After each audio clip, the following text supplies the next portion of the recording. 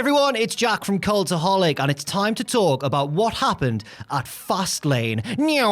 Very interesting happenings on the pre-show as we see none other than recent WWE signing Jade Cargill turn up and talk to Triple H. Very interesting. The first match of the night is for the Undisputed Tag Team titles. Finn Balor and Damian Priest of the Judgment Day defending against Cody Rhodes and Jey Uso. The story early on is that Jey and Cody are showing good teamwork despite being an unusual team, but neither of the teams really is able to establish early control. The Judgment Day start to bend the rules. Priest kicks Jey in the head from the apron so dastardly, and then Jey becomes the face in peril, but eventually gets the hot tag to Cody, who gets a near fall off the disaster kick. Cody then hits a huge delayed deadlift superplex to Balor, but hurts his own head on landing and sells that for the rest of the match. Jey tags in and, weirdly, lays the smackdown on Priest like The Rock.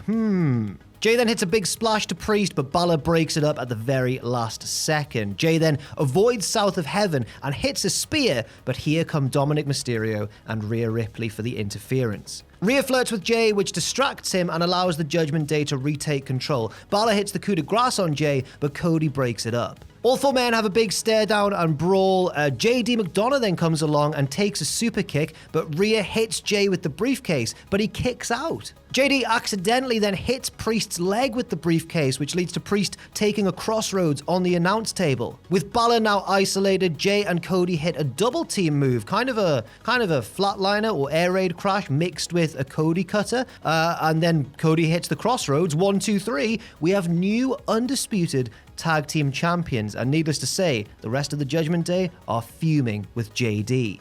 The rest of the Judgment Day. He's not really a member, is he? Backstage before the next match, Wade Barrett and Booker T chat to Xavier Woods about Pizza Hut. Man, it's so delicious. No one out-pizzas the Hut. The next match is the 6-man tag team match between the Street Profits and Bobby Lashley against Rey Mysterio, Santos Escobar, and a mystery partner. But nobody comes out with the baby faces to start the match, apart from Zelina Vega at ringside, so the heels laugh at their numbers advantage. Escobar bravely takes it to them at the start, though, but Lashley takes control and Santos becomes the face in peril. Rey gets the tag and sets up for the 619, but Lashley catches him on the outside and just slings him to the floor. Rey gets beaten down, but dives for the tag, but on the outside, Ford pulls Santos off the apron. The ref isn't looking, however, so Zelina Vega hits Ford with a Meteora. Rey is still getting beaten down, and now Santos isn't even in the corner. Who can save the day? It's only their mystery partner arriving very late to the match. It's Carlito. He tags in and runs wild on all three opponents. Then there are some dives from his partners to the outside, leaving Ford on his own in the ring with Carlito. Carlito hits the backstabber and gets the win. While the faces celebrate on commentary, Xavier Woods gives the boys on commentary some pizza. Oh my god, not only that, it's a big dinner box as well. And we get some lovely close-ups of all the food you can get in the... no one out-pizzas the Hut.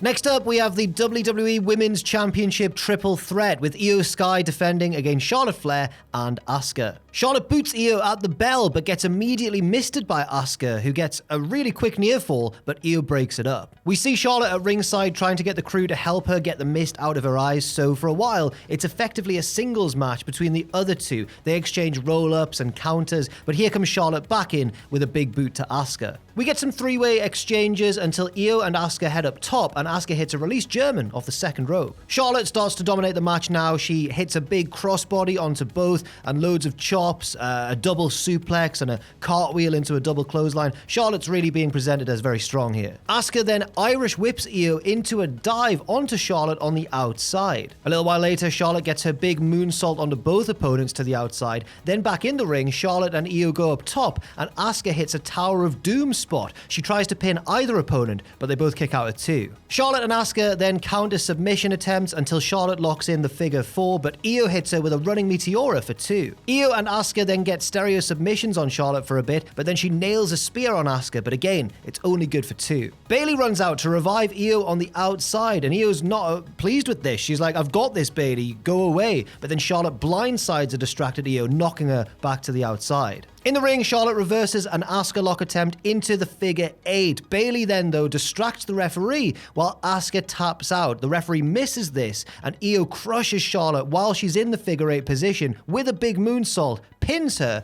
and retains the belt.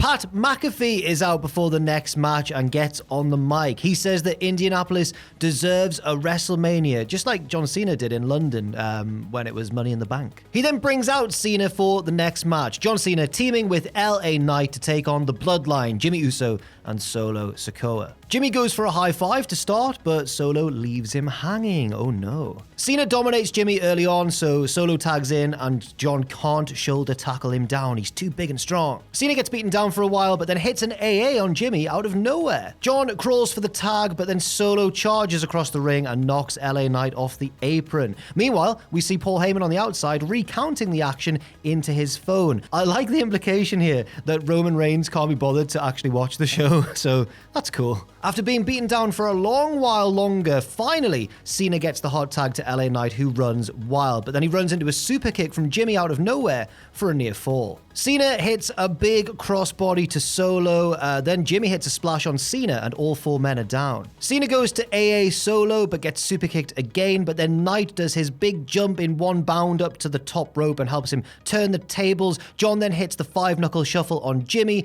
LA Knight hits the BFT, and the good guys win. Hooray!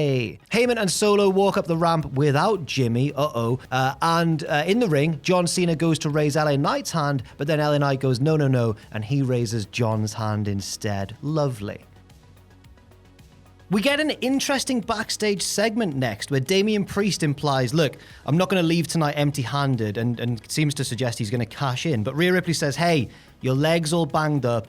Don't do anything stupid. Look, give me the briefcase and I'll look after it. And he does. He gives her the briefcase. I thought this was going to be maybe a double bluff, but actually no.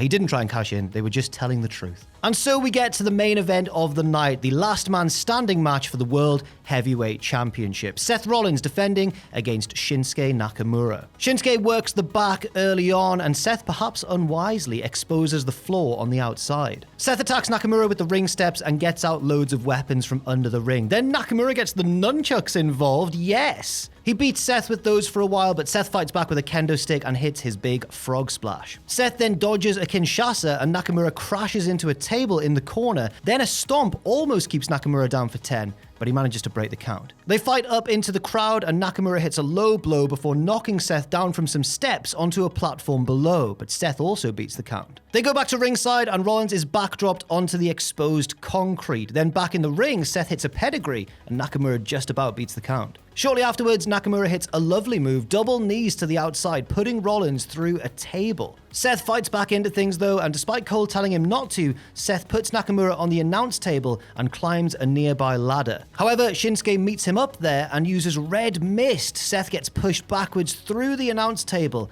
but again, he somehow beats the count. In the ring, Nakamura hits a side suplex through a chair and then Kinshasas Seth through that table in the corner. For a minute, I thought this was going to be a title change. It seemed very climactic, but Seth wisely beats the count by rolling to the outside so that he lands on his feet. They go back to ringside and fight onto a platform in front of a section of the crowd where Seth hits a pedigree and a stomp. Shinsuke gets up from this, but Seth takes them both crashing through a table below with a big Falcon Arrow. Both men try to reach their feet. Nakamura can't do it. Seth can, and he wins the last man standing match, retaining his World Heavyweight title in the process. Now, as I mentioned, there was no cash-in attempt from Damian Priest. That's just how the show went off the air, with Seth Rollins celebrating his victory. Thank you very much for watching this video. Leave your thoughts and opinions in that comment section down below, and thank you to Pierce for editing this video. Take care of yourselves out there. That was what happened at Fastlane 2023, and I'll see you very soon.